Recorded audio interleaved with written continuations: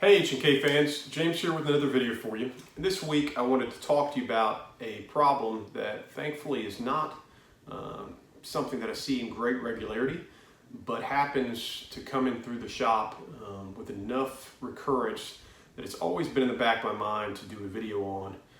And this week I actually had two different customers send me this problem, so perfect timing.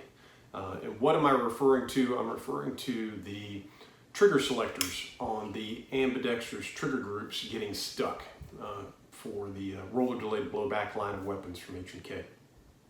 So if you have one of those weapons, you have an ambidextrous trigger group, you're probably going to find this video interesting, and I'd recommend you stick around for it.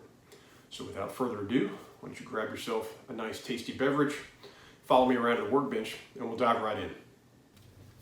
Okay, so to start off, let's look at the trigger groups themselves and cover the different models that you have. The first one here we can showcase is what's referred to as the Navy trigger group, named because of the 1980s mid-time frame, a contract with the U.S. Navy SEALs for their MP5 Navy submachine guns, and they wanted an ambidextrous trigger group, but they didn't want burst functionality, so they came up with this. You can see it's got the pictogram markings of safe, semi, and full auto, ambidextrous and neutral.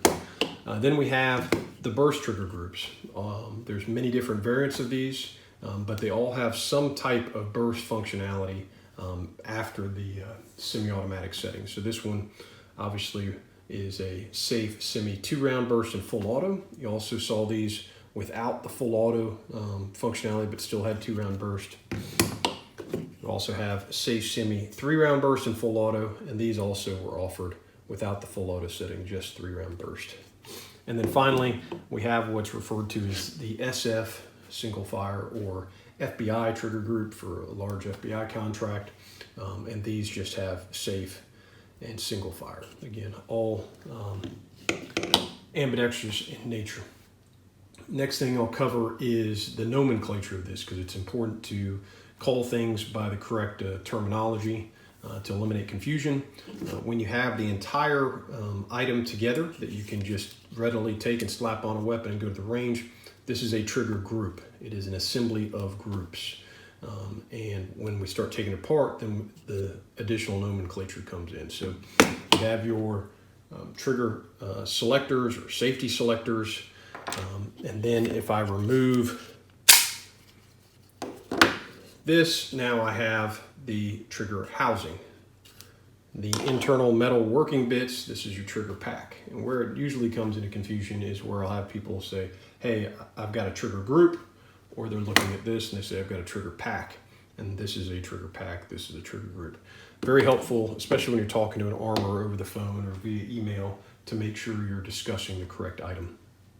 Okay, so now let's talk about the issue at hand of having the selectors getting stuck. And in order to do that, let's talk about how you can remove those trigger selectors. Because a lot of people look at this and they say, I have no idea how to take this apart so that I can do normal cleaning maintenance. If you look down in here, and I will showcase this with a close-up shot as well, I've got my hammer strut and spring, and then the hammer. It is always important before you start taking these things apart that if your hammer is cocked back to the rear, that you go ahead and release the hammer and ease that spring tension, okay? You never want to try and disassemble this thing with the hammer forward, because once I take the selectors off, if I decide now I want to do some further disassembly and maintenance of the trigger pack itself, and the hammer's back, now it's all under spring tension. Taking it apart at that point can be much more difficult and can actually cause serious injury. So I always want to ease that spring tension first. Okay, now if I look in here, again, around the area of the hammer strut and spring, I'm going to notice this lever that comes up here on the left side and makes a little dog leg in towards the center. That is your takedown lever.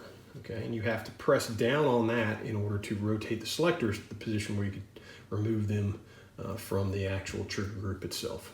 Okay, so I'm right-handed. What I do is I press down with my thumb of my right hand there, and I turn it over to the left side while pressing down on the takedown lever, and I can rotate the selector past the full auto position and then around in a clockwise motion to what I refer to as it's 5 o'clock somewhere position. Okay, and at that point, with this pressed down, I can now remove that left side selector out. And what should happen is your right side selector should fall out in the palm of your hand, or you might have to just pry it out, but that'll come out as well. Okay, and how does that work? How does it maintain it in position? Again, hopefully you can see this clearly, but you should find this little tooth, looks kind of like a shark's tooth right here inside the opening through the trigger housing and through the trigger pack. That is what interfaces with the takedown lever. So if I press down on the takedown lever, you guys should see that that tooth moves in and out of that the way. It opens clearance through that opening. Okay, and what that does is that tooth interfaces with this channel right here on the left side of the selector. So here's the outside of the selector, here's the inside. That tooth fits right here and it prevents you from pulling the selector out to the left. Okay. Well, I've got the selector here. This is another good point to focus on these intercept notches. So you'll notice here I've got one intercept notch, then a second one very close to it, then there's kind of a space here, and now there's a third one. Okay, and the reason why there's 3 different intercept notches like that is because that selector came off of this Navy trigger group where there's 3 different positions, safe, semi, and full auto, and you can see close together and then a larger space between full auto. This selector, if I took this one off, you would notice there's 4 positions, intercept notches there. And obviously for the FBI style, here's its selector. It only has 2 intercept notches because it only goes safe and full. So it's important to understand that for a couple of reasons. First of all, as you can see here, I'm doing maintenance. I've got a lot of different trigger groups that I'll be disassembling on the table. If I put the wrong selectors in these guns, well, then I'm not going to have the same functionality. So meaning if I put this 2-position FBI selector in this Navy trigger group, it's not going to rotate to full auto because I don't have that 3rd intercept notch. Vice versa, if I put the Navy one in here, I could go past semi-automatic up to the full auto position, even though it's not full auto. It won't give me full auto, but it would cause my selector to rotate further than I would want it to do. And hopefully that makes sense. Again, I'm not telling you how to make a full auto weapon because it requires more than just the selector inside the trigger group, inside the receiver to make a gun full auto, but just to clearly understand that there are different selectors for that functionality. This is also important when you're ordering these things online or buying them from somebody to make sure you're clear on which one specifically you're getting for your weapon because they are different. Okay. Next thing I want to showcase here on the selectors is this area here where the drum kind of cylinder shape on one side, and then if you flip it over the other side, you'll see there's kind of a trench or a trough here. Okay. And what that interfaces is with the trigger. If I look at the right side of the trigger, I have what we call a trigger tail.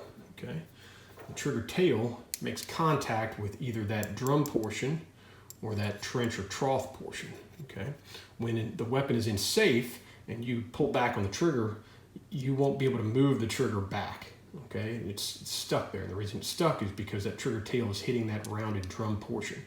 But when I flip the selector over to semi-auto, now that trigger tail is allowed to move back and up far enough that it can interface with that trench or trough, and now I can get semi-automatic fire. And then if I can rotate to burst fire or full auto fire, I now am able to pull the trigger back even further to engage either that burst or full auto functionality. So that's how the selector works in its interface positions, both with the ability to move to a certain position and also the ability of the trigger to engage in those different positions. You'll also notice that on the right side of the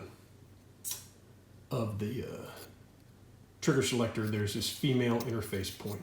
Okay, and that's important because it interfaces with this portion of the right side selector, where you can see those 2 arms of the female portion will fit around here. Okay, and this is really important as this is the cause of the issue of the selectors getting stuck. You'll notice this is completely circular, except for right here at the end, we have a metal detent. Okay, that is under spring tension. So when I press against it, it moves down inside the selector itself under spring tension. And when I release it, it pops back up again. Okay, so this creates almost a 360-degree circle, except for this point down here. Okay. Now, if I hold up my trigger group and I look here at the right side, you'll notice the opening here in the side of the housing, as well as the opening in the side of the trigger pack itself. It is clearly circular on both sides and on the top, but on the bottom, you should be able to see that it kind of drops down in this little oval shape down there. Show you again here on the trigger pack itself, circular, and then it drops down on this section. It drops down on that section because if I'm reassembling this on the left side, I talk about that 5 o'clock somewhere position.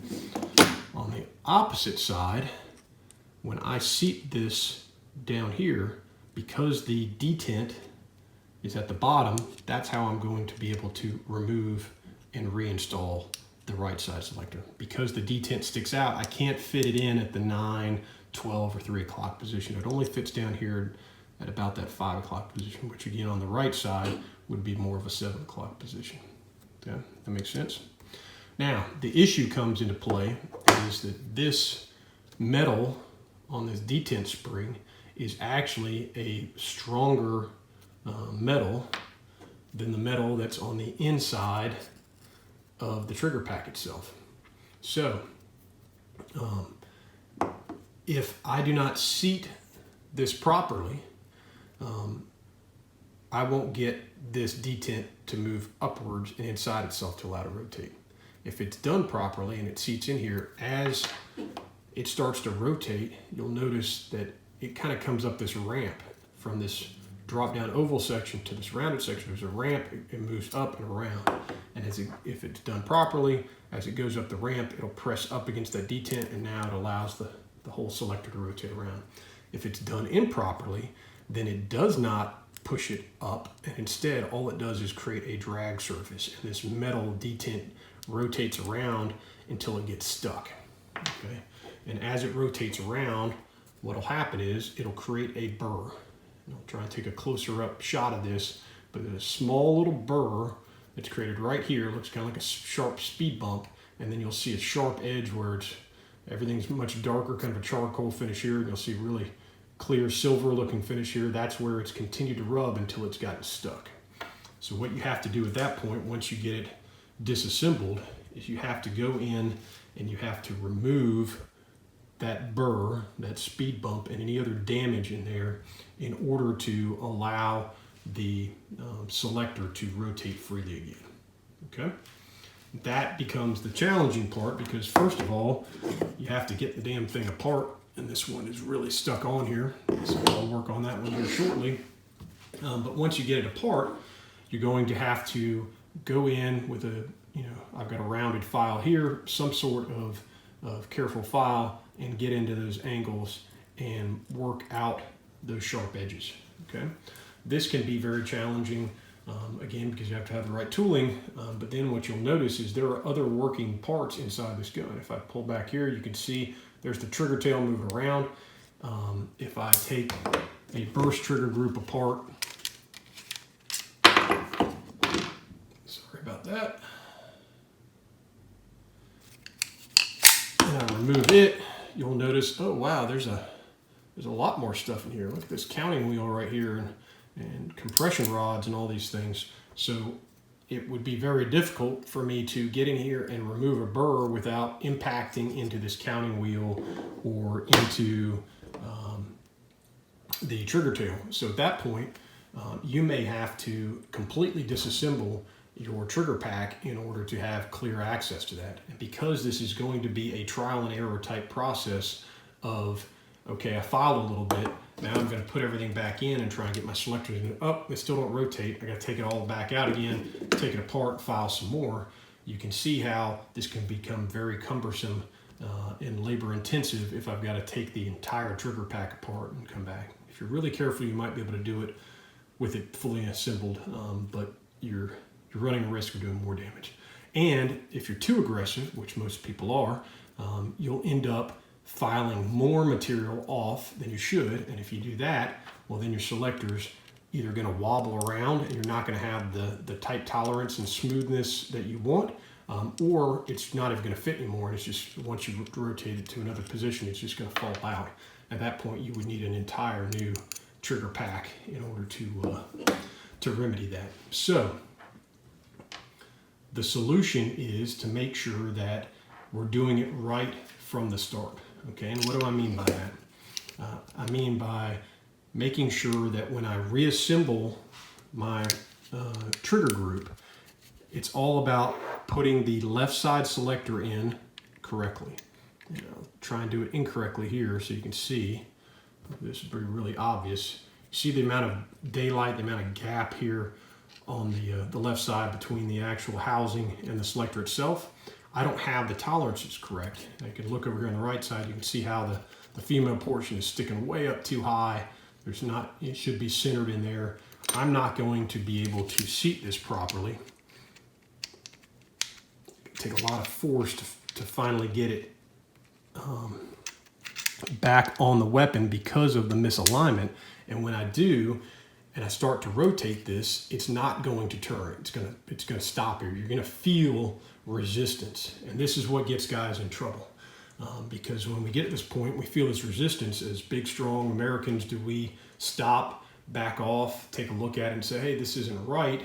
Something's not, it doesn't feel right. Maybe I should take a closer look and reassess. No, we don't do that. We just put a whole lot of torque and force, and we end up torquing it around until it gets stuck like this one over here. So the key is, if you ever feel any resistance as you're rotating back clockwise, stop right there and back off. Hit your takedown lever and rotate that thing back off and look at your left side positioning. It needs to be completely flush. And so when I seat that one, I always put my left thumb on there to hold it in position. And then I come over on the right side, I put the right side selector in, and then I'm ready to rotate at that point. But if I ever get to this point, counter any resistance, I have to stop right there because I don't want to cause any problems. And then once I do get it right, rotate it all the way back around, do your full function check, and you're ready to go. If you do force it, you do incur that problem. You either can't get it apart, you take it apart, you look at it, and you say, okay, this is more than I want to deal with. Well, that's where you need to, give somebody a call. Call H&K directly. Give me a shout. That's where we'll come into play. And that's what I normally get, is a trigger group that looks like this in a Ziploc bag with a yellow sticky that says help.